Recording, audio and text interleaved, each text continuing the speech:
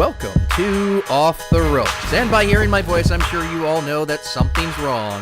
But I am your boy, Kaine the Faded Saint. Unfortunately, Kaine Snuka got the holiday plague. Unfortunately, TLC decided that it wanted to be right before the holidays, so we were going to try and get it done this week, and then he got stuck by the plague. I will give his ending thoughts at the end of the show, but he definitely is sorry, and we will catch him for Royal Rumble and TakeOver coming up in a few weeks. But as always, I'm the heel that runs this deal, and I've always got somebody up at, and returning to help us out is Mr. RBG, which I got right this time. Howdy, Cammy. How you doing? I'm doing excellent, and we are going to be talking today about TLC. Yes, I know it was 3 weeks ago, but again, the holidays cut us a break. Some of us have lives.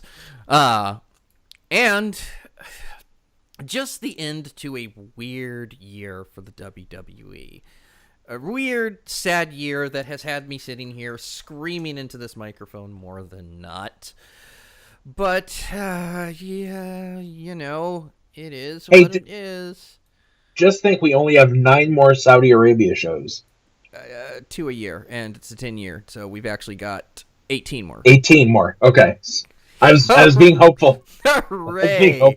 Not unless the State Department steps in and does something about that. They have made that 100% clear. But let's not get into the geopolitics of things. Let's talk about TLC. And I do like that you actually posed a question before we actually start talking about the matches here.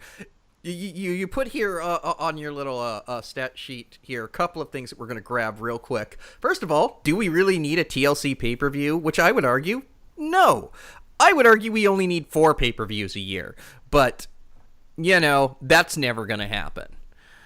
Well, my argument is the same one that I made when I previously co-hosted for the Hell in a Cell, which is the match loses its integrity and its purpose if you have to have one every year. It's like Extreme Rules this year. There was one Extreme Rules match. Yeah, it was rules. That's what it was. Rules. It was rules. Like I'm fine with a monthly pay-per-view. It's something to push the product, but the only time you should name a pay-per-view after a particular match is if it's something that actually is driven by the plot. Elimination Chamber works because you need something to determine the other main event or the other title match for WrestleMania. Money in the Bank works because it drives the plot of your show for the next 6 months at least. I don't need Hell in a Cell. I don't need Extreme Rules. I don't need TLC. Just give me Judgment Day and Bad Blood and give me In Your House. Or, you know what? Do the King of the Ring. Have an actual one-day tournament and have fun. Actually, they're talking about a new Queen of the Ring pay-per-view coming up next year. Or that's what I've heard. We'll see. King of the Ring was my jam. I missed the King of the Ring. But, yeah. We got King Mabel.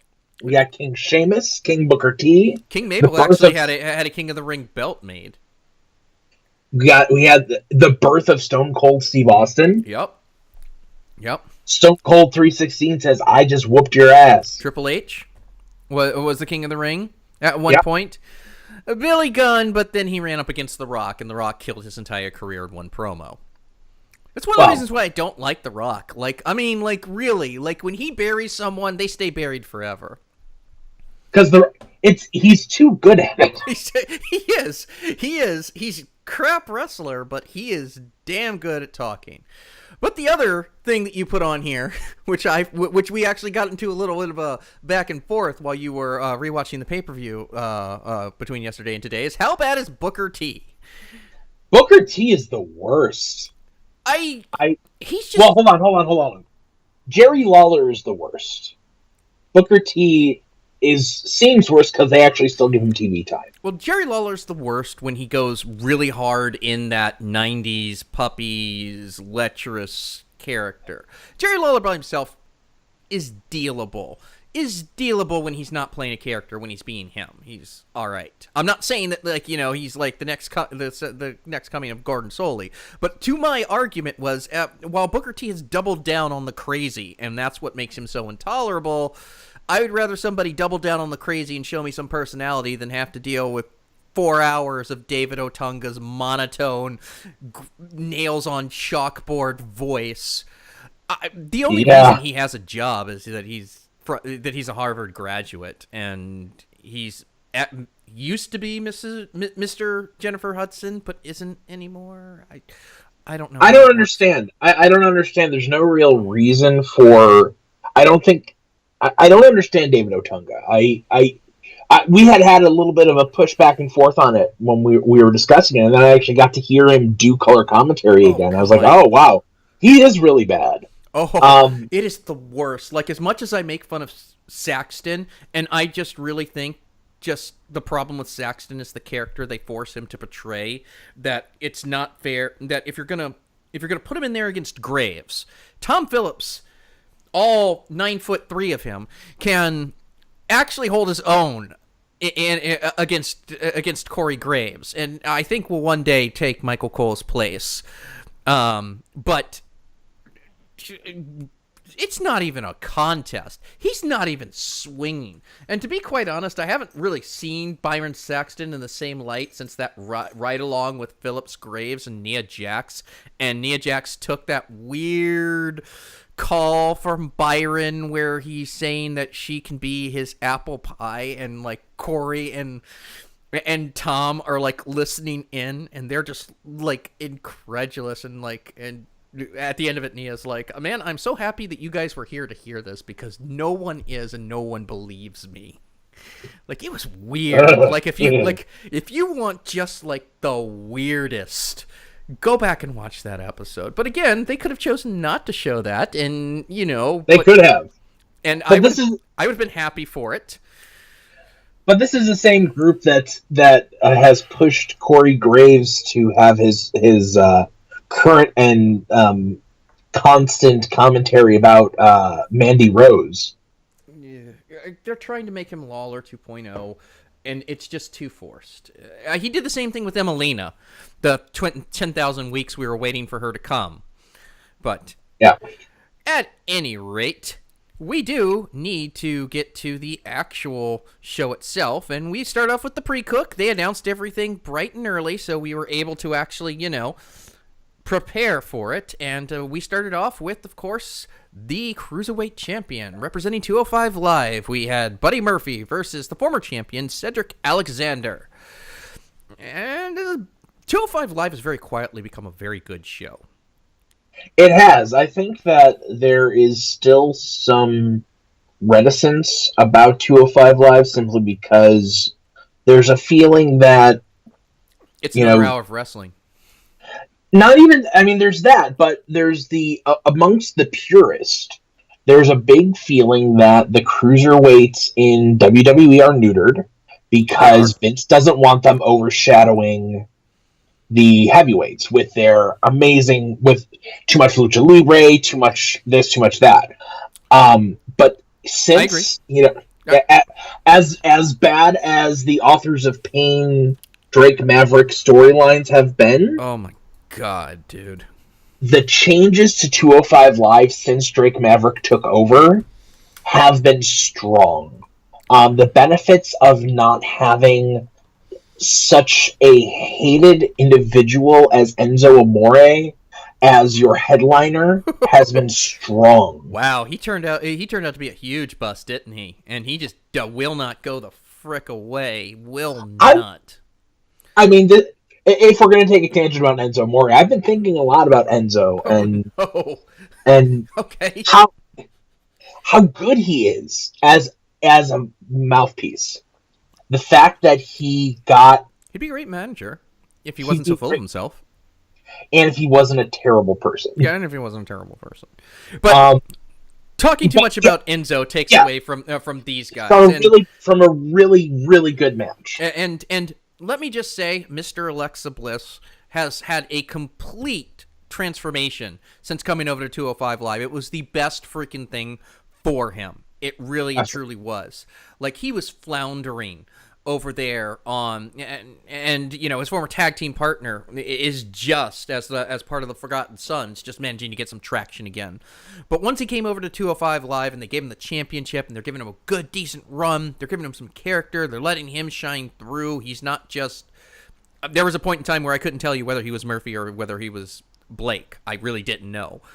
There's also a point in time where I didn't know that he was Mr. Alexa Bliss, but whatever it is. And Cedric They have a pig. I mean, shout out to their pig's Instagram. Yeah, totally. Sorry. Yeah, that's cool. But Cedric is a mainstay. They really need to start thinking about what else they're going to do with Cedric. Because unless you're going to give him another... Yeah, he's another one of these guys. Neville/Pac got fed up with the glass ceiling, and he just sat out on his contract. And now he is the biggest thing over in Japan. He's probably going to be a big pickup for someone who will remain nameless in AEW soon. Because he should have been on Raw. He should have been in the Intercontinental title mix or the U.S. title mix. He should have been. They should have done something with him rather than relegating him to just cruiserweight forever. And it's interesting because Mustafa Ali has transitioned to SmackDown. Yeah. And what? Like, that took me way off guard. I was like, oh, this is happening. And then, like, the next week is like, oh, this is permanent. Is this permanent? Oh, this is permanent. Because apparently, like, D. Bry, regardless of the character, was really high on him, and he wanted to bring someone up, and he was like, yes, him. And, good on him. And this was your 205 match. It was a good starter, good appetite wetter, lots of really good spots. You've got here the pump knee on Alexander, and then him going through the ropes for the flatliner. That was definitely pretty good. The pump. It was really good. I will bring up this moment later in the show. Mm-hmm. But he did an attitude. Murphy did attitude. Alexander did an AA on the apron to Murphy, just like, oh hey, there's John Cena's move. Well, and then be at the show, so I guess it was brutal. It looked really good. It did, and it looked like. And then he got the lumbar check. That wasn't the end. And Murphy, as he seems, just managed to be pulling these wins out of nowhere. He got the win with Murphy's Law, which again, branding on point there. Now, I don't know if that's the writers or if Buddy came up with that himself. Your winner, still cruiserweight champion, Buddy Murphy. They really need to get another title in there. Do something so that the other cruiserweights can do something. I mean, we're getting women's tag team titles soon, so. Yeah, there are too many guys on that roster for them just to have the one title. Yeah, totally. And considering the fact that NXT can do it with, I think, 4 titles now? They have the main, the North American, the tag, and the women's. The UK title is now the NXT UK brand. Right, okay, so 4 titles, plus they run the Dusty Classic. Which is kind of like that's a one-off, but it's a yearly thing. It's like just your King of the Ring thing. So yeah, exactly. They need to do something with them. So then that brings us to the second of our pre-cooked matches, and which was, of course, No, let's just. It was bad. It was really bad. Elias and the almighty Bobby Lashley with Lio Rush. I will say this much for Lio Rush. I hate him. Yeah. I hate everything. He is doing his job. And, I'll also say this about Bobby Lashley. I hate him too. Whereas before, I kind of felt like Bobby Lashley was always tofu. Flavorless and just, you're there. Like the whole thing with Sami Zayn, where he just kind of laughed his way through all of the stuff that Sami tried to do to him and then crushed him because he needed surgery. Elias, man, is he just like picking up steam or whatever? But I don't know if I dig him as this face character. I get Roman's gone, and they're having to like a lot of crap has happened in the last 2 months, Sure. and they're just in. They were counting so much on Roman that screwed everything else up. There's really not much to go on about this match either. I'm with you there. We don't have to spend a whole lot of time. It was Elias short. won. It was bad. Elias won. Then he got beat up. Yeah, and yeah. Yeah. And then we got to the main card. I have not been turning. That's okay. We didn't even get there. Yeah, for those of you who are paying attention at home, there's the title card for it. That's how little I thought of this match. I didn't even feel like putting up the graphic for it. But that leads us to the main pay-per-view. And the Fabulous Truth versus, now, how is this pronounced? Mahalisha? Mahalisha. No. Mahalisha. I will be honest. Shanti. I just kind of blacked out. Shanti. Okay, sorry. I just kind of blacked out for this match. Actually, I think I went and I ran to the corner store to get some to get a gyro, and then came back and was angry that it was still on. So that was The highlight of it was a match. It was a match. It existed. Vic Joseph doing the play-by-play instead of Michael Cole was really interesting. I think that they really are. I like Vic. He took the place for Morrow one of the takeovers, didn't he? He did. And I think that the two of them, him and Todd Phillips, are the future. I think that hopefully soon. I have a lot of respect for Michael Cole. I know a lot of people don't like him because he has a very set way that he does things because of what Vince wants. I really respect Michael Cole. I think he should transition to a more fully to his VP position, and that you should have Vic and Todd, and then have Mauro running NXT. And I think that's I think quite honestly, and Michael Cole can still go when he wants to. But that's the problem. Like, when did the thing which really opened a lot of people's new generation's eyes on Michael Cole was the UK tournament last year, when he actually got to be an announcer, and it was awesome. I was like, yes, this is the Michael Cole I remember. Throw Taz in there, and we're back in the heyday of SmackDown. But before it was a coal miner. Yeah. And he had his Lexan shield so JR couldn't get at him. Yeah. They were both on the same show. Yeah, Ooh. Yeah. But anyway, this match happened. It was. I like that the tournament format for the Mixed Match Challenge this time around. I like that they didn't go with the conventional people who were going to. This tournament has, and I know it hasn't happened because of the tournament, but the list of people who were in this tournament that injury took out of it is just like a freaking graveyard. Yeah. I mean, they may not do it again because they may see it as like freaking bad luck. Your winner is the Fabulous Truth.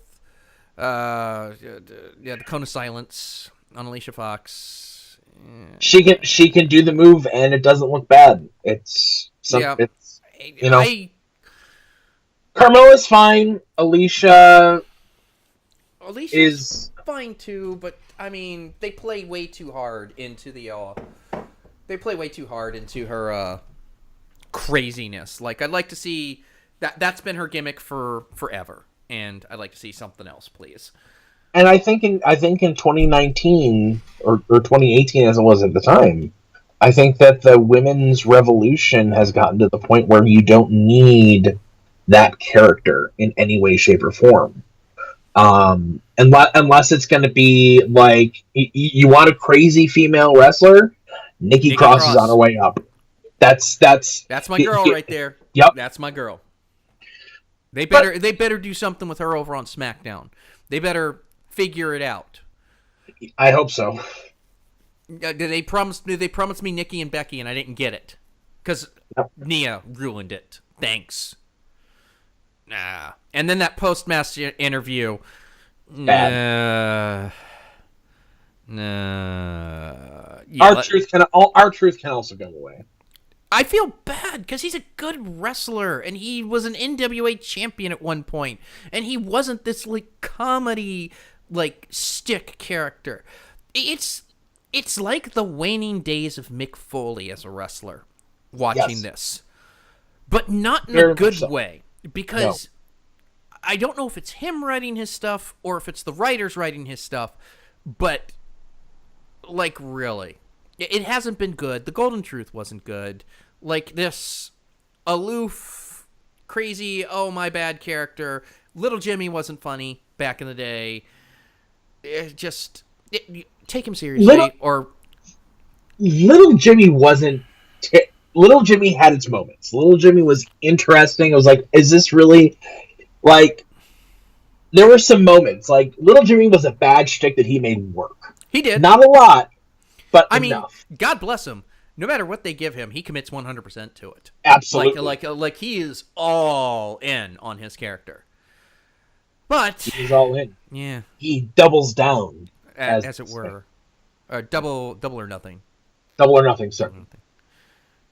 It's okay. Yeah, they trademarked Double Down too, I think.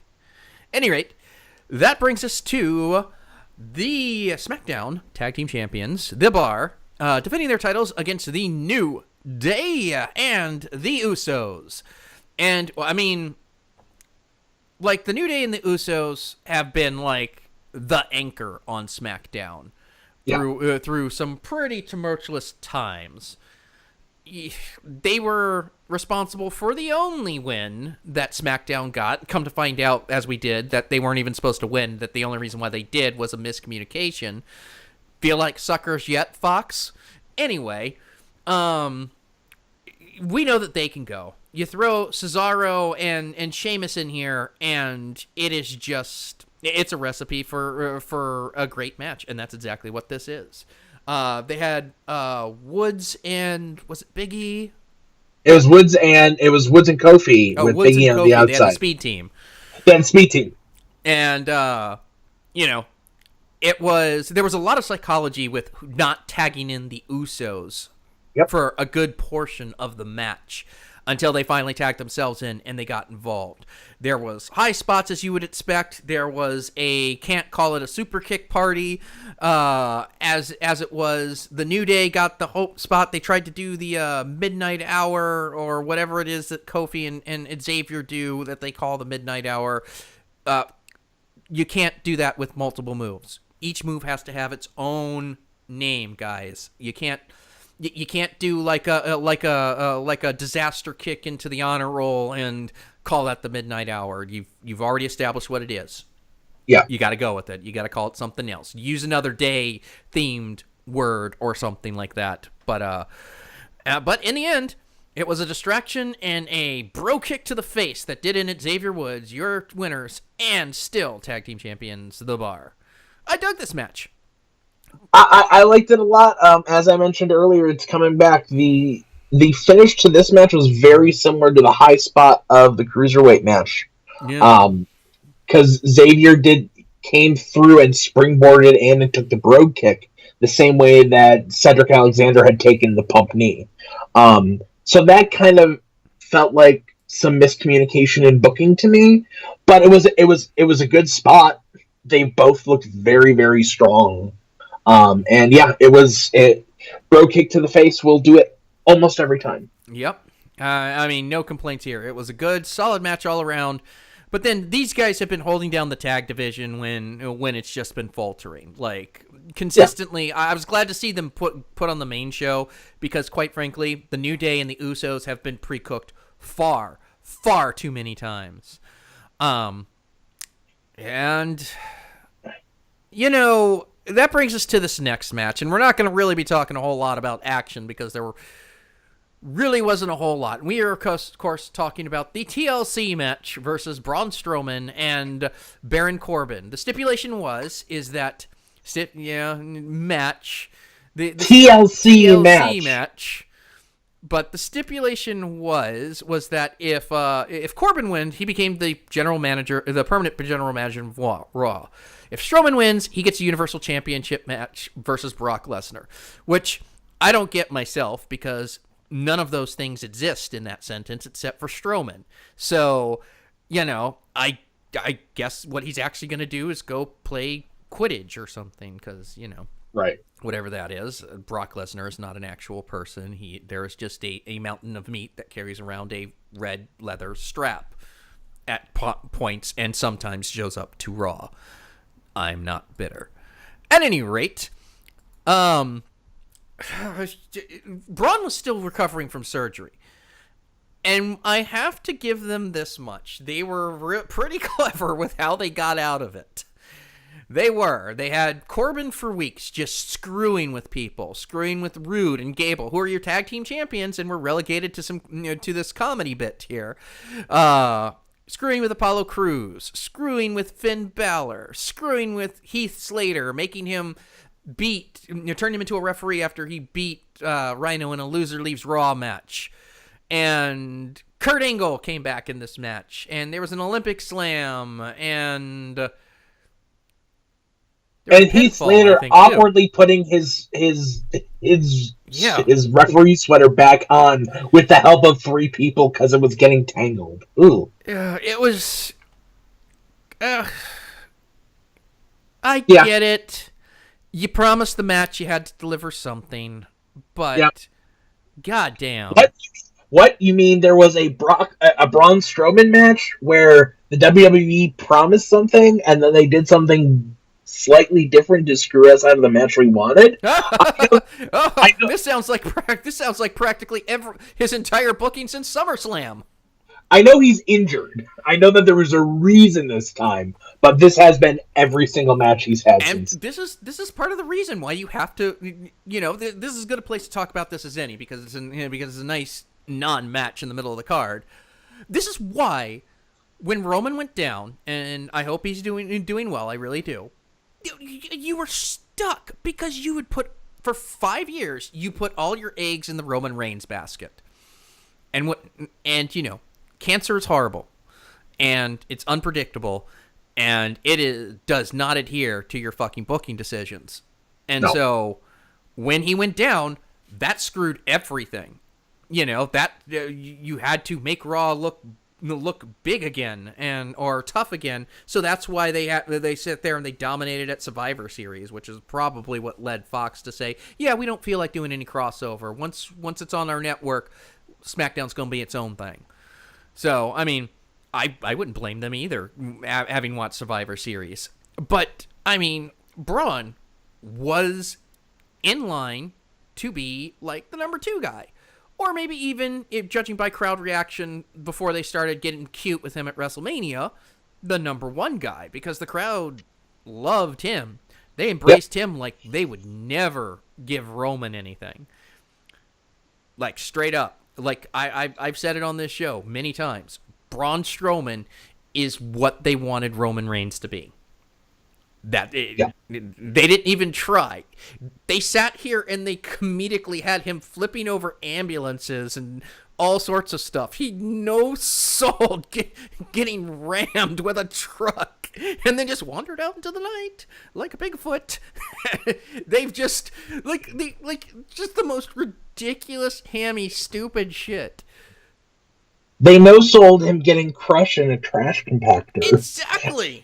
And then somehow from inside the back of the garbage truck took over the garbage truck and backed it and then reappeared. Were you a part of the conversation where we had dubbed Braun the Urban Ranger? He's like a Beastmaster, but instead of beasts, like he takes on like ambulances and garbage trucks as his familiars. Yes, that's awesome. Because it's basically what it was. They were doing his bidding at one point. That whole match from, like, what was it, earlier in the year? Not TLC. It was the one... what was it? It was last year. It was TLC last year. It was when Roman went down with the mumps and Kurt Angle had to step in, and it was like 5-on-3, And they put him in the back of the garbage truck. What happened the next night on Raw? The garbage truck backed into Raw and opened up to reveal him. He had mastered. He had tamed the garbage truck. It was now his to command. I'm just waiting for that cartoon. That would be awesome. Yup. But I mean, this is what happens when you put all your eggs in one basket. And it's bit them in the ass. And we'll talk about it in a couple of matches from now. Once again, but, we get it. He was injured, but, I mean, goddamn, guys. Yeah, it was a cute way out, but you need to, once he's better, you need to get on it. If he does not fucking destroy Brock Lesnar, well, one, if he doesn't, I'm not watching Raw again, and I haven't watched Raw since they were in New Orleans. Right before Hell in a Cell, coincidentally. But I haven't watched Raw since then, and I don't plan to because I'm just tired of Brock. I will not watch until he's not the champion and he's gone for good this time. I'm not risking it because I thought he was gone and then he wasn't, and now I'm angry again. Moving on. Next, we had one of the more awkward storylines things. Of course, we're talking about Natalya versus Ruby Riott with Sarah Logan and Liv Morgan. And so, as I've just admitted, I have not watched Raw in a while.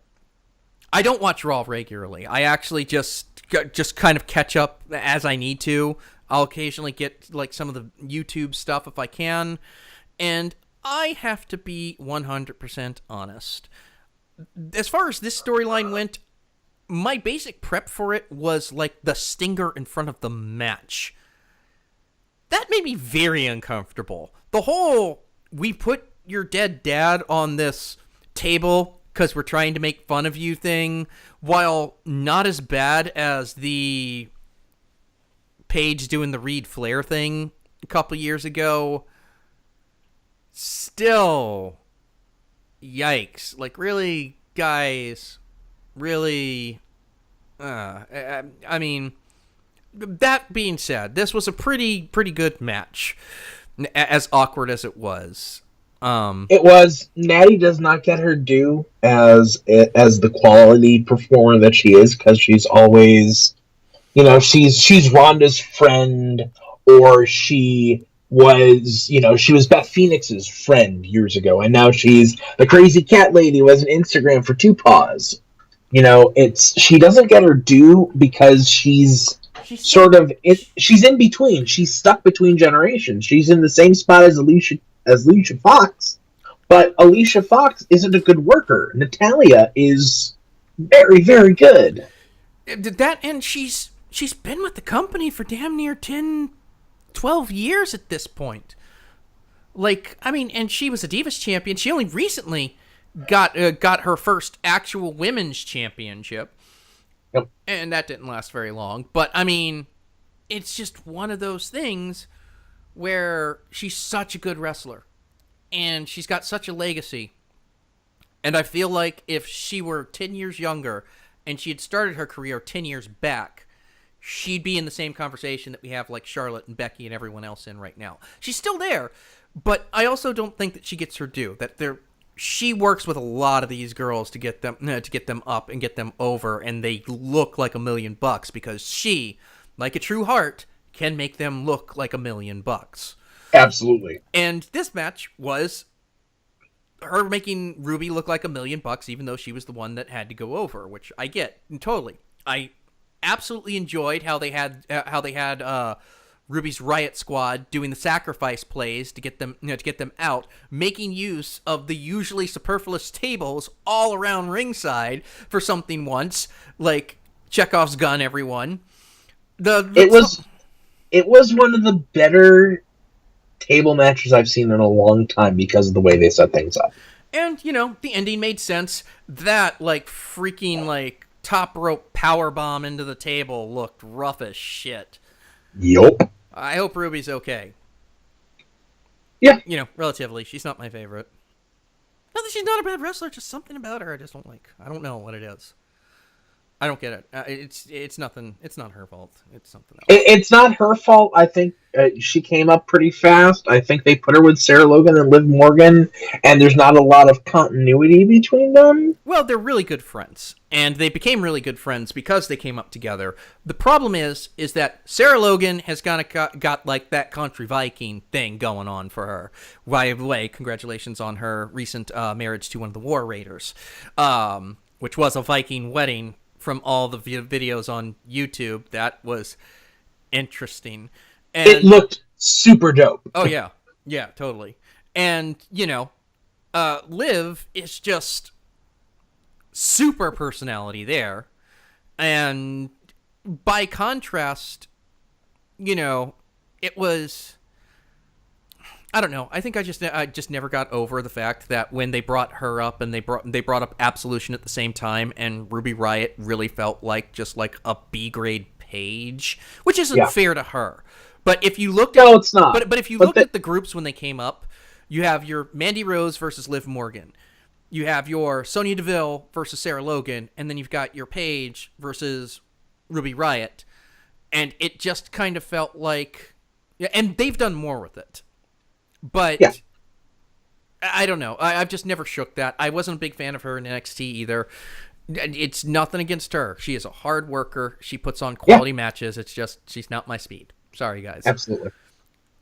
Speaking of something, missed opportunities and all of that, the next match, which would be everyone's favorite guy who can't get over, Finn Balor, versus Drew McIntyre, and this was a match. I mean, it was a pretty good match, but you see my note in there in the notes. Yeah. Can we do more with these guys? And this goes back. This is a great match. They're two really great guys. They're at the top of their game. They're at their peak. They go out there. They put a match together. They make it really awesome. The fans were into it. It's for nothing. And why is it for nothing? Because your top title on your show is the Intercontinental title, and then the big title, the title which Finn has a built-in storyline at any time to go to. Hey, I never really lost the Universal Championship. Something that also Drew McIntyre is just made for, to be in that main event mix, but you can't be there because Brock's not there, and you have to try and make your new star. It's just, I don't freaking get it. This was a good match. This was a good little match between the two of them. They've got great chemistry. Finn flying all over, bumping like mad for Drew. Drew looking like a monster. But in the end, it was Finn won. Yeah, Finn won, and then Drew destroyed him after the fact again. It was Finn won with Dolph. Dolph got. It was the Dolph interference, and then Finn and Dolph fighting backstage to set up for the match on Monday night, which Drew eventually came in and just plowed over everyone. Right. All three of them guys who are terribly underutilized, but Dolph, the ship has sailed on Dolph. It really has. To use a sports analogy, he's a guy who desperately needs a trade. He needs a change of scenery. He needs it's almost as if there were like some great new wrestling program that was starting up in the United States. It might be a really great opportunity for Dolph Ziggler. But we'll talk about that later. I wonder what that could be. I have no idea. But yeah, it was a good match. I feel like, Drew... It's a Jim Cornetteism. How can I miss you if you don't leave? Yeah. But you were saying it was a great match. It was a great match. Drew is fantastic. I feel like there's just too many guys who are just being left on simmer, and that I don't want to talk too deeply about the McMahon takeover that would happen after this, but the ratings are down because everything is terrible. Yeah, no, there's no two ways about it. The ratings are down. They are not even drawing 2 million people. A thing they've fit this year. Actually, we'll get to that in the end. Yeah, okay. Moving on, because we still got a few matches to get to. God damn, we still got like 5 matches to get through. Jesus Christ, this pay-per-view takes forever. It was a long pay-per-view. I dig the fact that there's only 10, but the trade-off to that was they combined the pay-per-views. So everyone's on it, so they have to make every pay-per-view is an extra hour longer, which means like the big four are just, oh my god, shoot me in the head. Yeah. At any rate, let me get back to there we are. Oh god, here we go. All right, yep. Let's get the whiskey going. Of course, The king of mysteries. Of course, if I am drinking, that can only mean that Randall K. Orton is we're about to talk to, because it was Randall K. Orton versus Raymond Stereo Jr. You can go. I need to out the pain. Full disclosure, once upon a time on a wrestling website in the past, I used the moniker Bry Guy RKO. So I have found this out before the stream. I'm sorry, man. That's awesome, though. I have a very complicated history with Randall Keith Orton. I think he is. He doesn't cause me to drink. I just think he's superfluous. He's just there. He's John Cena without the charisma, and with also being a bad guy in real life. And to counterpose that, we have Rey Mysterio, who is the best guy. Mm-hmm. But this match was a good match, because Randy is a good professional wrestler. You just don't care. He's like Hunter without being good, and Hunter wasn't that good to begin with. He just buries everything. Do you remember Legacy? Yeah. Legacy could have been really dope, featuring Cody, not Rhodes, just Cody now. But we're talking about the WWE time, so we can't say it was Cody Rhodes. It was Cody Rhodes and Ted DiBiase Jr. Who's a chiropractor now. That's so sad. And Manu, who was one of Haku's kids, but he had all sorts of problems with him. Anyway, not in the fun way that Tama and the Tama Tonga and his brother are, when they're weird, never-ending beef with what culture that went on right before the new. Did you see that, by the way? No. Okay, well, to get to the match, we've seen this match before. This match has happened before. It was fine. It was very good. Fine. It was fine. It was the Suicide Squad of matches. It was fine. It wasn't great. It wasn't good. It wasn't awful. It was fine.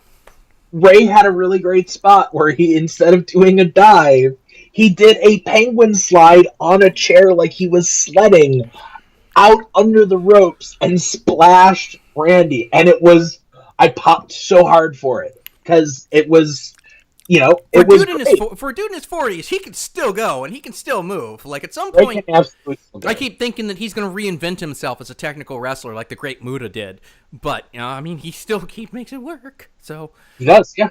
But, yeah. So, speaking of people who they don't know what they're doing with on WWE television, Rey Mysterio. He came back so that he could get one last really good payoff. Yep. And that's it. Yeah, it was fine. And they were mad because they couldn't, because he had told Jericho he'd go do his Bruise Cruise, and they tried to stop him, and he said, well, I've walked away from you assholes before. What makes you think that I won't do it again? Yeah. And they were like, okay. Rey Mysterio wins. Yep. Yeah. Clean. Then fled. It was a roll up. Then he fled because because that's what Randy did to him at Crown Jewel, was it? Where Ray beat him with a roll up, and then he just got destroyed. I think it was Crown Jewel. I didn't watch Crown Jewel, and that's why Brock Lesnar is not the Universal Champion, because he can't be the Universal Champion if you didn't watch it.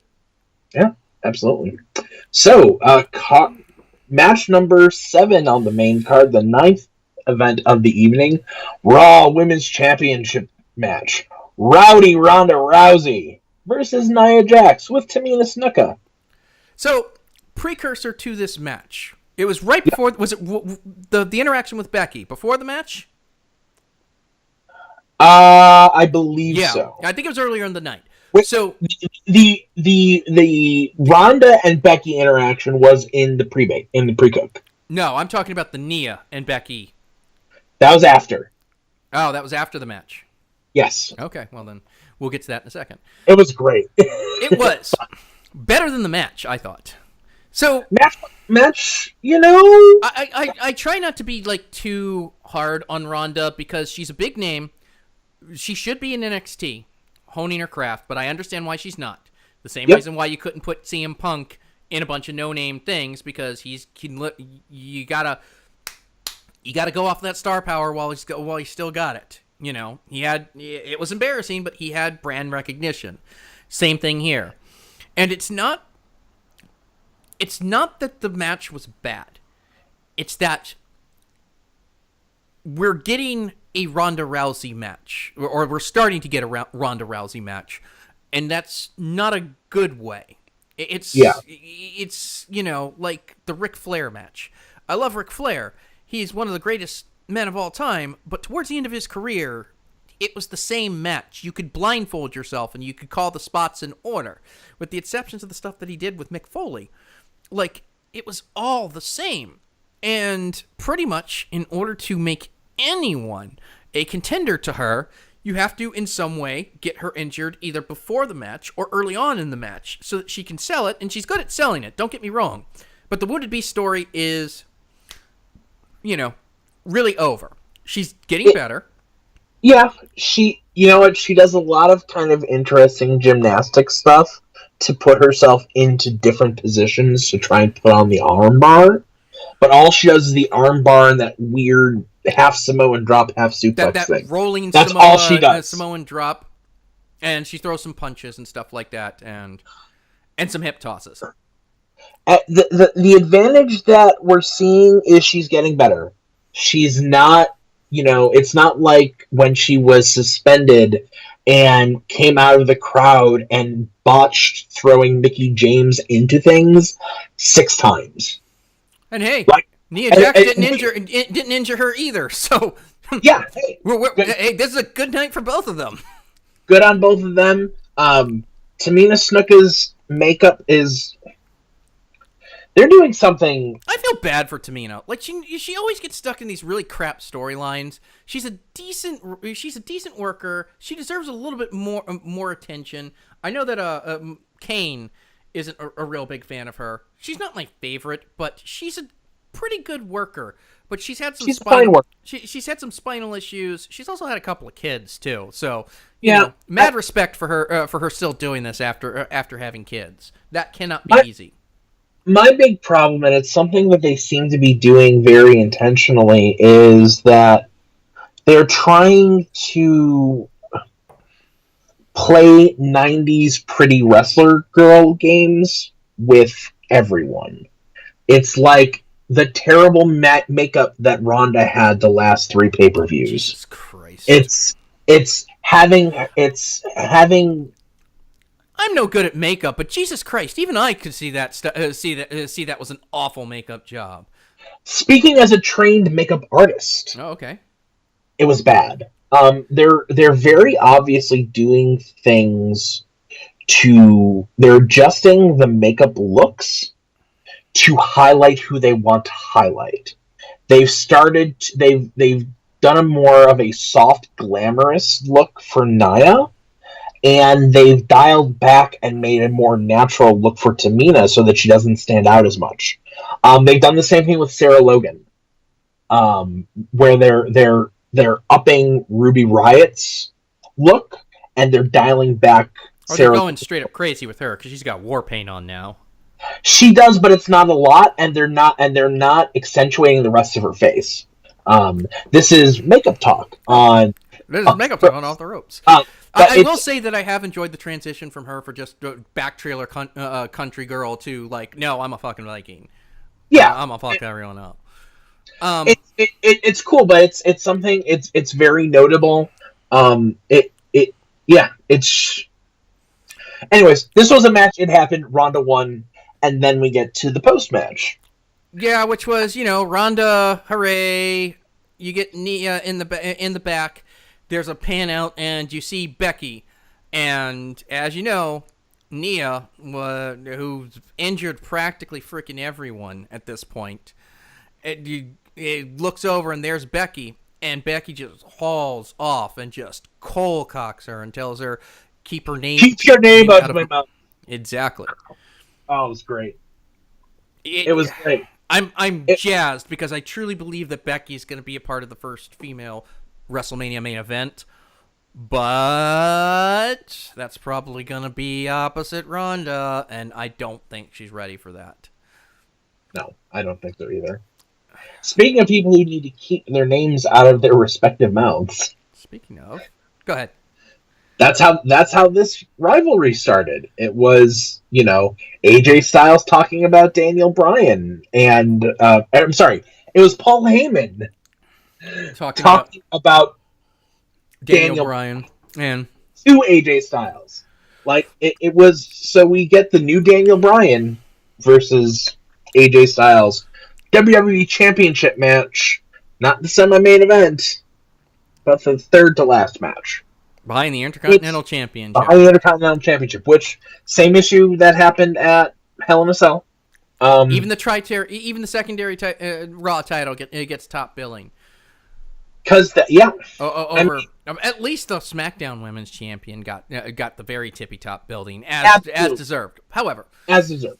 I am digging the new Daniel Bryan and his new style of wrestling, because that means we're going to get more Daniel Bryan longer. Yes. I like he is a vicious, angry little man, and I am here for it. Oh, yeah, totally. And he's been working on this style for the better part of, since he's retired, actually, so that he can find a style that is less bump-tastic, so because of his issues. And, there's a lot of truth in the things that he said leading up to this, that, he felt, that he had to be the old Daniel Bryan when he came back. And that just wasn't him anymore. And he wanted to try this new style. He wanted to be new. And so finally he just cut the fans free, and he just decided he's going to do what he needs to do. And I dig it. And this was a great match. Great match between two of the best in the business. AJ is at the top of his game. I don't know if they have, but I really hope they work something out with him. A lot of people are saying, it's like, hey, do you think AJ Styles could go to AEW? Okay, guys, let's not get carried away here. AJ's at the end of his career. He's made his art. He's going to make money now. Yeah. So, he is the 5th highest paid wrestler, I believe. Something like that. And he's going for less dates because he wants more time at home. I don't blame him. The man's 40. He's wrestled all over the world. He's got 4 kids. You can see their birthdays on his side. So, I mean, it's just, this is what it is. This is what it is with him. This was a great match. Really highlighting how much that Daniel Bryan has evolved, and just what a great heel he is. And really how low, because it's bringing back something which I sincerely miss. Because he won this match with a roll-up or a small package. He won it with a small package. And you don't see that nowadays, especially not in a championship match. It's usually a finisher fest. But nope, he pulled it out, and he scooted out of the ring, and he just retreated, just like, yeah. But the thing that really worked about this match is that it got its high points in, and still had that good technical finish. Yeah, like totally. you got to have AJ hit a springboard 450. We had the no kicks. Is that what we're calling them now? Yeah, they're just spot kicks because he's getting rid of yes and no everyone. He's just those kicks. Oh, those kicks are so good. I've missed them. Like, when it was, face Daniel Bryan, I was like, okay, those kicks are better than Miz's version of those kicks. Speaking of WrestleMania, heel Daniel Bryan versus face Miz, just saying. Yep, that is a thing that I expect to happen. But the kick, the way he sold those kicks, the way that AJ, it was just very, very good. AJ went to put him up in a suplex, and he twisted out of it and put him in a cravat, and just jerked his head down over his shoulder and kneed him in the face like 3 times, and then did a crazy suplex thing, and I'm like, that just looks painful. It was so good. It was perfect for what we have. The new Daniel Bryan, still your WWE champion. It also helps that AJ Styles has a particular style of selling, which is just throw yourself at the ground when you're hit in the most painful, awkward way. The man looks like he gets into a car wreck 17 times in his matches because he sells like a really young Shawn Michaels. Is what he sells like. Yes. He sells like he's first in line at the buffet. Like he is selling his soul. Yeah, it's what made the AJ versus Brock match work at last year's Survivor Series. Yeah. He sold, but he made it work. I also don't know how you don't sell having your in the middle of the calf crusher, having your head just pounded into the mat 8 or 9 times like Brock did. That's still one. I am not about Brock Lesnar, but that was still one of the most brutal things I think I've seen in forever. It was real good. The Daniel Bryan Brock match was weird, but also really good. Like I'm sure Brock loves these guys because they make him look like $1 million. Like his best matches have been non-title matches over the last few years. Compare that to say a Randall Keith Orton or a Dean Ambrose. Where those matches just were not good. Speaking of course, that brings us to the Intercontinental Championship in a TLC. No, it wasn't a TLC match. It was not a TLC match. It was billed as one a couple of times. But it didn't turn out being one. It was a ladder match? Nope, just an Intercontinental title match. Oh, there was a stipulation in here. Nope. Oh, well. Nope, just Seth Rollins defending against Mr. Renee Young. Because that's all we got. That was all we got was Renee Young and Corey Graves going back and forth. They need to stop that. That is... do they do that every week? I don't watch a lot of Raw for many of the same reasons that you don't. But that had been because I've seen some people complain about that. It was one of those things where they had to say something because it was very public that they were married. So Corey told a joke, and it worked. And then they just went all in on the joke. And they kept going further and further and further. It really didn't serve the match well. I can tell you. So I watched twice. I watched it live with a group of friends, and I watched it within the last 5 hours. Right.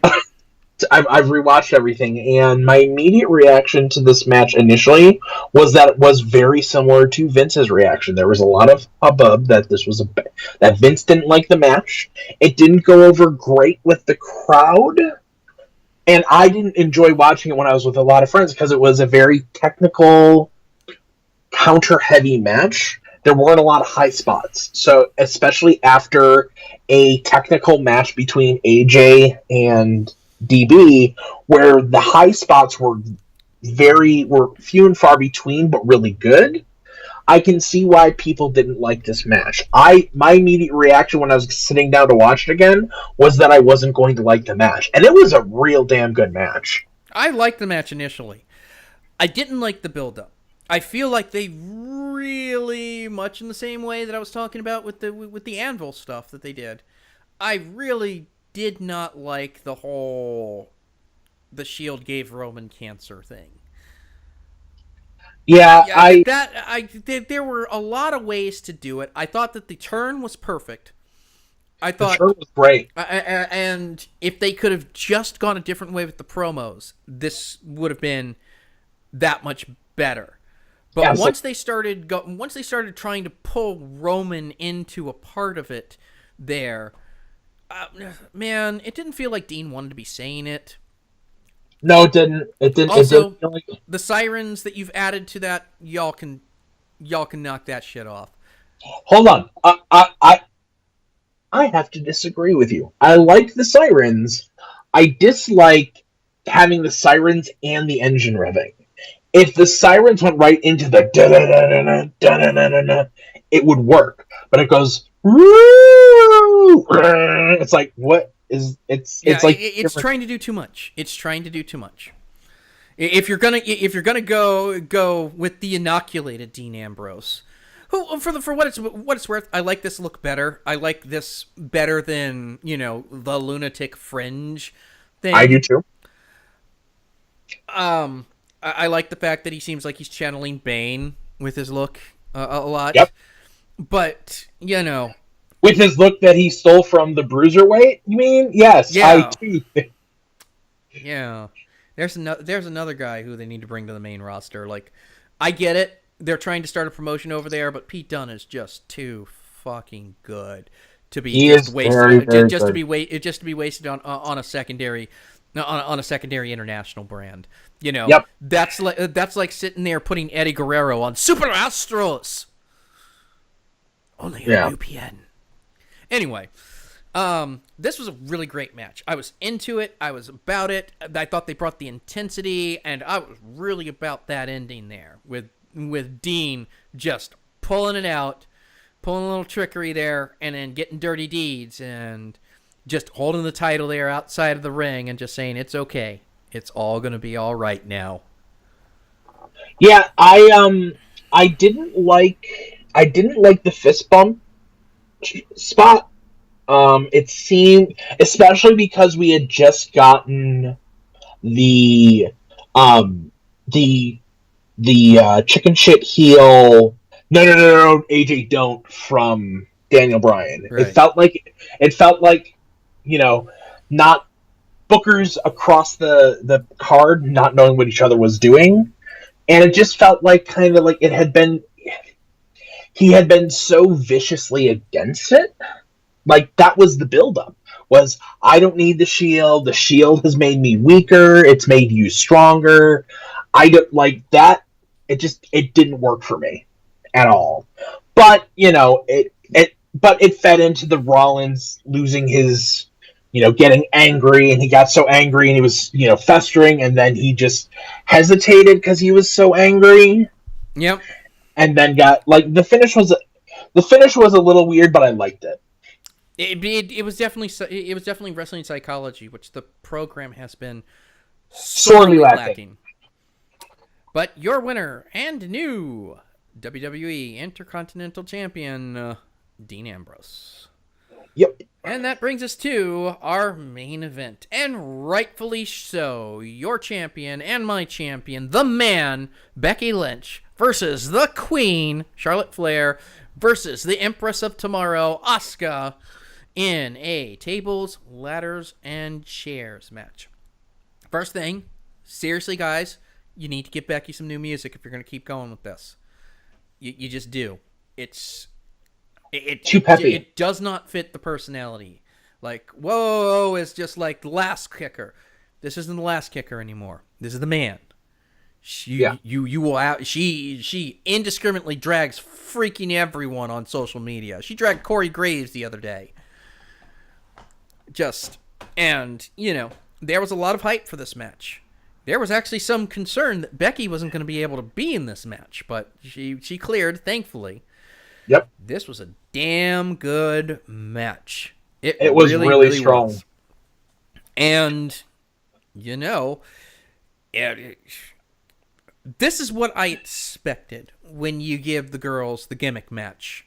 I wasn't although I liked it to an extent, I felt like the first ever women's Hell in a Cell was wasted with the way they presented it when they did Charlotte versus Sasha. Yes. We all know how horribly the women's ladder and the first ever Money in the Bank championship went. You mean the first women's Money in the Bank champion, James Ellsworth? Yes. So, but this was hard hitting on all sides. Yes. They did a good deal of powdering out and leaving two at a time so that the other one can rest up. I dug the match. They were not shy about using prank. This wasn't like, cerebral. They took Asuka out on a table, on the announcer's table outside. They were using ladders. That freaking stiff-ass fucking suplex onto the ladder that Asuka did to Becky. Like, I was legitimately concerned she had reconcussed herself after that. Like, Yeah. it was brutal. My one complaint about this match was the end. Yeah. And as is very quickly becoming a segment on this show, I don't know why I was surprised. I don't know what I suspected. No, what I expected. Of course, Ronda Rousey was going to come out and cost Becky and Charlotte the match. Of course, that was what was going to happen. Because that was the only thing that could happen. Because even when it's the SmackDown Women's Championship that's front and center, they got to make sure that their main attraction, because that's what she is, strong. Ronda Rousey. They did it with Roman. Make Ronda look strong. You know. And I would have liked that to go another way. But you know what? The end result was your winner and new SmackDown Women's Champion, the Empress of Tomorrow, Asuka. Well deserved after a year of fucking management on her part. Her and Shinsuke. Yep. Like, I will not be surprised if Shinsuke is gone by summer. He won't be. You don't think so? I don't. I think I thought my thought was that he would be, because he was mismanaged and he didn't seem to be showing his heart in his matches because of the way they were doing things. But Uncle Dave says that he's in the same position that AJ's in. He likes the schedule. He likes to have a little bit more money. He doesn't want to go back to New Japan as much as he loves it there because he's killing himself for nothing, comparatively speaking. And they're trying to bring over more Westerners. So, well, they're trying to get a Western audience, which means that they just got a huge hit with the news we're going to talk about here next. But that was the pay-per-view in general. It was great. TLC. Well, firstly, Kaine wants me to reiterate that he absolutely loved this show. He thought pretty much top to bottom it was probably one of the better shows that we've seen in a long time. The SmackDown main event also helped. He absolutely loved the Seth Rollins match, the Seth Rollins Dean Ambrose match, and he absolutely was 100% behind the main event, and he gave it a A. It didn't go all the way to an A+, but he definitely thought it was an A type of pay-per-view. I was very happy to see Asuka win. I always love a first-time winner of the big championship moment. It was great, but it was what it was. You know what it was? It was a solid pay-per-view. It was a very nice end to what was... A very bad 2018 for WWE Jesus product. Christ. This was the year I had to retroactively fail a WrestleMania because of the Undertaker thing. And I said last year when they did the whole Roman Undertaker thing that this only works and this only gets a pass as long as the Undertaker is really retired. And then he came back. And it's like, oh, I changed my mind. It is now enough. Yeah. You know, this was the year. I think that I have failed more pay-per-views this year than any other year I've been doing this. And coming up to not the Royal Rumble, but the pay-per-view right after the Royal Rumble in February, that's going to mark the 4th year that I've been doing that we've been doing this podcast here. Right. And like, I've had bad points, but I mean this year, like from Crown Jewel, from the greatest Royal Rumble, like, you know, the Evolution being better than what it should have been because of just how mismanaged it was. Yeah. You know, it just... the booking decisions, the horribleness of it, the fact that the tag team division is such a fucking afterthought again. You know, when we... To the point where it was a feature of being the elite. That when the Bucks turned down H There was a letter. It's like, of course we're not going to sign with you. Look what you did to the tag division, and we're the best tag team in the world. I could argue that, but I mean, this pay-per-view gets an A. It gets Definitely. An A by default, with the exception of the Royal Rumble. I think this is the second best pay-per-view of the year, and I was at WrestleMania live. Yeah. Yep. And that's if we're not including NXT in this conversation, right? Because then that falls a whole lot, because every takeover goes higher than anything that WWE put on. It really does. Like, the Royal Rumble may place higher than one or two of the takeovers this year, but that's again debatable. Yeah. So that was the pay-per-view, but we're not quite finished yet, because we do want to touch upon a couple of other things here real quick. And that is, of course, after all of this went down, the McMahon's takeover. They come out on Monday Night Raw, because they had pushed all throughout the pay-per-view that Vinnie Mac is going to be making a live appearance on Raw. And then Trips comes out, and then Steph's comes out, and then Shane comes out. And they come out and they say... By the way, thanks, Shane, for dressing up. We really appreciate it. Yeah, totally, man. Shane just looks sweaty these days. Like, he always looked like he's hot. Like, can we get the man a glass of ice water or something? Like, he's always... Never mind. But they come out and they basically say that we haven't been doing their jobs. Or they have been doing their jobs. They haven't been listening to the fans, and that they were going to start doing it. To which my response was, no shit, Sherlock. What was your first indicator? The 4 times this year that Monday Night Raw has hit an all-time low. That's happened 4 times this year. And I know that they don't have to do, like, the ratings, because they've got, USA in their back pocket, and they just got $2 billion to give SmackDown over to Fox. But you look at the booking decisions that they've made up until that point, and you can't feel sorry for them, and there's no reason to believe them. There isn't. I mean, the booking got a little bit better, and it looks like has been a little bit better from what I've read. I'm not watching Monday Night Raw because I'm, once again, I am a man of my word. I said that I would not watch Raw until Brock was at least not Universal Champion, if not just outright gone. But that's 3 hours of my life I get back every Monday. That I can put forth to my other hobbies. I watch SmackDown as I can, but, I have other things that I do, and sometimes I can't always get to SmackDown. But it's the priority over other things. It's the priority, and, I've gotten to watch a little bit more NXT now that I'm not committed to 5 hours of wrestling in the first 2 days of the week. Sure. And then there's another 2 hours of wrestling on Wednesday. And that's just on the weeks that there aren't a pay-per-view, which is an additional 5 hours of wrestling. Unless it's a big 4, then that actually gets bumped up to an additional 7. It's 7 hours. 10 hours, because you have to include TakeOver, which is a 3-hour show. Right. My mistake.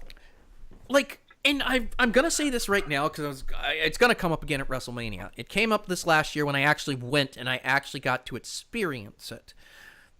There's just too much. And I get it. You've got advertisers at this point. You're committed. You can't do it. But Jesus God. Stop with the recaps from earlier tonight. I know. I watched. I was there. You don't have to show me. And for the people who weren't here, they probably don't care. They'll probably go to the website and just say, if you want to see what happened earlier tonight, check out the website. Or check out our app. It's just... And so they come out here, and I don't know what we were supposed to be. Sorry for them?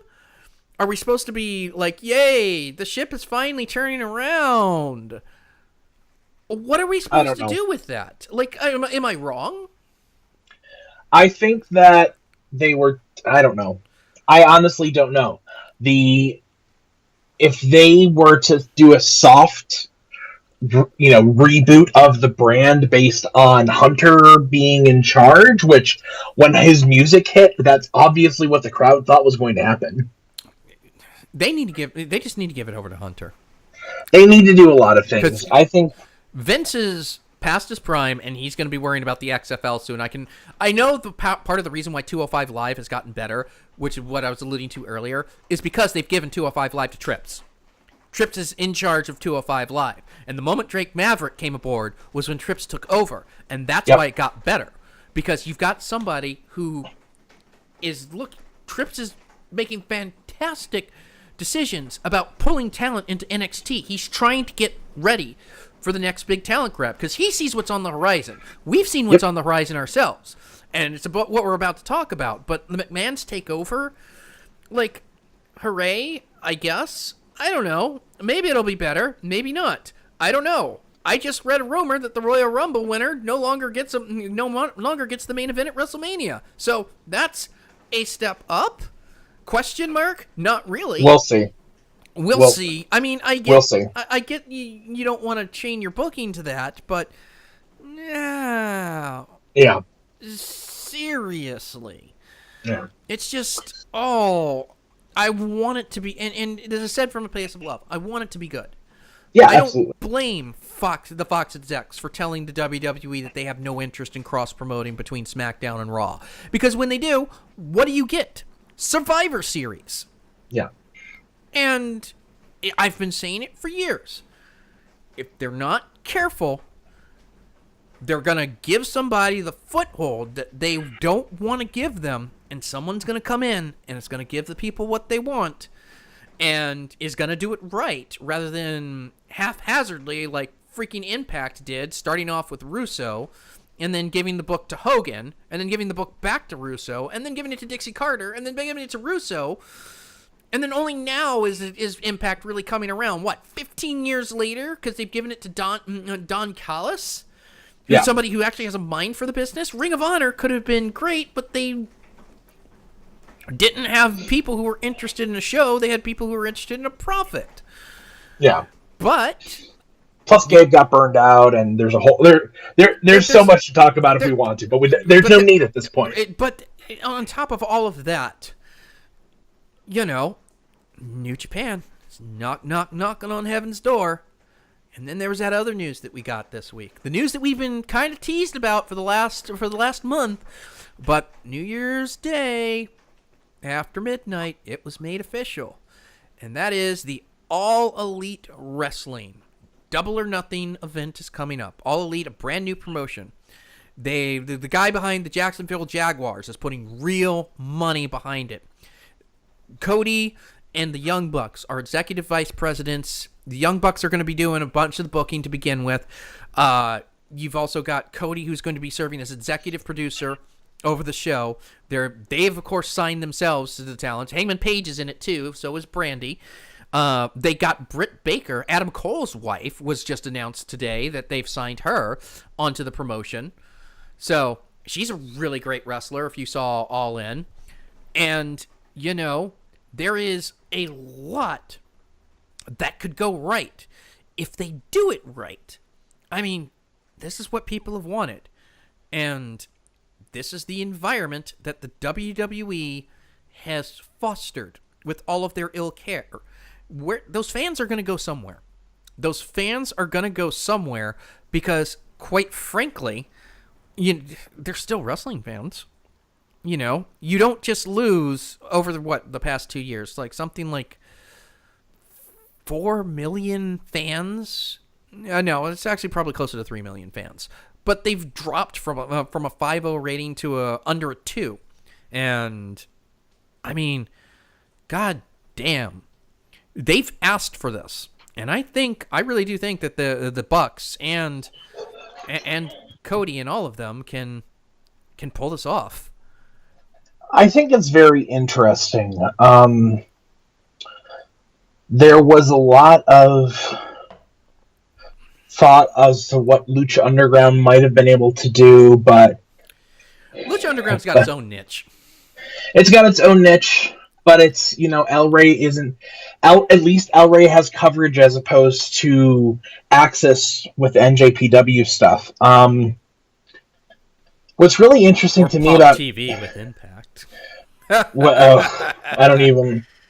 I heard the rumor that in the setup for AEW, there was an offer to sell Impact to the AEW people that they declined. That actually happened from the Fight people. So it's a very interesting landscape at this point. Yeah. With New Japan, with WWE and NXT UK, and as I saw someone guessing about 2020 or even this year, you will see an NXT Mexico brand because Mexico is there's a lot of talent there. I don't know. I think that I think AEW is a good thing. I think the Bucks are going to have their last show in Japan tomorrow night or coming up for Wrestle Kingdom. I think that's going to be it. I think that's why they were kind of pushed in to like give the rematch and get it taken care of. Because they're not officially signed yet. Technically, it's Britt Baker and it's Cody and Brandy, and Page. they are in Hangman Page too. Is he officially signed? Yes. I was under the impression that it was mostly just Cody and Britt, and other people were playing out their contracts. No, he's officially signed. I'm from what I've been told. Okay. I think it's really interesting. I saw a New Year's predictions thing where someone was saying that they expect either Impact or ROH to fold. Which but that happened like almost 7 times last year to Impact. Like that was like God, that was a fucking roller coaster, wasn't it? Each week was like, who owns Impact this week? Is it Billy Corgan? Is it Dixie Carter? Is it Fight Network? Is it Jeff Jarrett? Who knows? All of the above. It was me, Austin! Takes off a mask and it's Vince McMahon. It's me, Austin! It was me! Oh, God, of course it was. Anyway.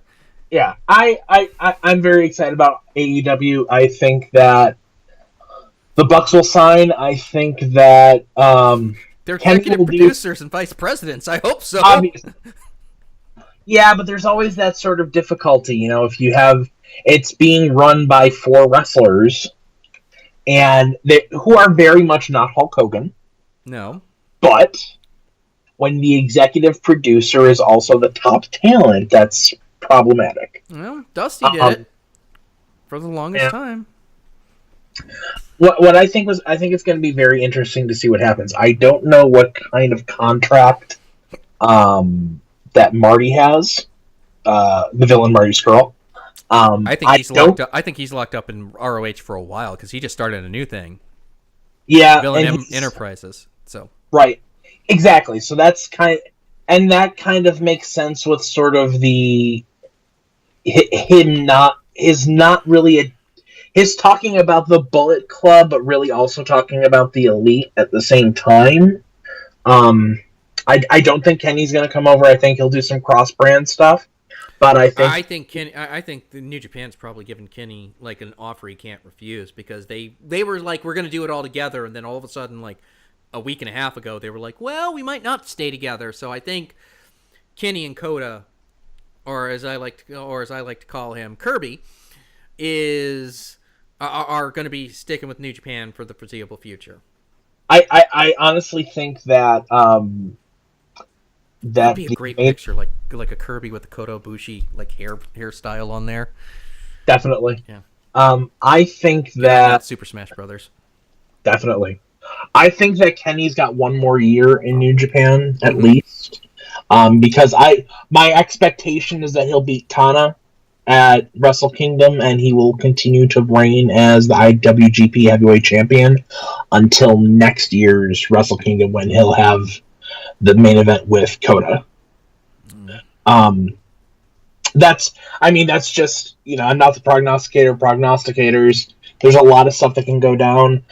Ghetto is very good at the way he books things, so that when you expect what you expect to happen does not necessarily happen. That's fair. As opposed to WWE, where a lot of times you go in and you're like, okay, I know what's going to happen. A, B, C, D, E. Yeah. Yeah, it's very formulaic. Ghetto placing's tight to the vest. Like I remember from 2 years ago, Kenny said that he didn't know he was winning the G1 until the morning of the block final. Of the block final. Yeah. He didn't know he was going over into the finals, and that was when he was told that he was going to go over and was going to be going to Wrestle Kingdom. But yeah, I'm very excited about All Elite. I'm interested to see what can happen. Yeah. I'm interested in finding out the contract status of a certain Dash and Dawson. Yeah, that's been building for a while. That's another group that I wouldn't be surprised if they just said sayonara, who just completely missed the boat on them. I understand there were some injuries there, but Jesus Christ, guys, they really are one of the best technical wrestling duos out there. I don't get how they haven't had a championship yet. I really just fucking don't. I would also say the same about Friends of the Bucks. The one of the other teams that can genuinely say they're one of the best in the world, Gallows and Anderson. I don't know what the Good Brothers status is contract wise, but one would think that I imagine they're gonna stay up because Gallows is getting up there in age, and that's the thing with AJ Styles. He likes being stateside. He likes not having to fly all the time over to freaking New Japan. But I think that AEW is. I think that the money is going to be okay enough with AEW, but there's so many things that we don't know. Yeah. I think there's a lot of people who would do with a change of pace. I agree totally. Dolph Ziggler, I think, needs to not be in WWE anymore. He is so good and so mismanaged that he just needs a new identity. Yeah, he needs a new shot, clean from the beginning. I think Dolph would do very well there. I think don't hire Austin Aries. Like, I've really kind of soured on him, like for a bit. Like everything has shown him to be just like a miserable little. I hate to say that Jim Cornette told us so, but Jim Cornette has been saying for years that he was a miserable malcontent that couldn't get out of his own way. And everything seems to suggest that that's correct. I mean, the way he left WWE last year, the way he left Impact this year. I would love to see like a Johnny Mundo or Impact or whatever he's calling himself in whatever promotion. Johnny Elite, I guess it would be there. And Ty, go in. I think Ty would be great in. Yeah, Ty. Although they're never gonna do that because then they'd lose Peyton Royce because they're quietly engaged. Yeah. I was talking about Taya, Mrs. Johnny Mundo. Oh, Impact Elite. Yeah, I thought you said Ty. But Ty Dillinger is another one who needs to change a pace. Yep, absolutely. Apollo Crews, Titus O'Neil, sure. Breezy.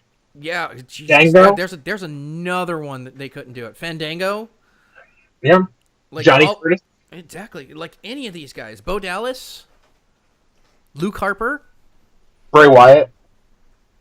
Dude, who knows what he's doing? Like, I think he's about to re-debut. He's coming back, yeah. He's about to re-debut with like a super religious gimmick. Which is kind of what Bray Wyatt was in the beginning. Yeah, but he's going in the opposite direction. I am not here for it. But with that said, we've run really long, but that's okay. That's fine. It's all good. I was going to talk about wrestling. Yeah, I know.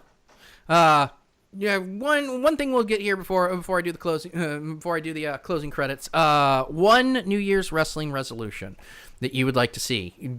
WWE, since that's primarily what this is about. What would you like to see one thing to happen in the coming year for WWE?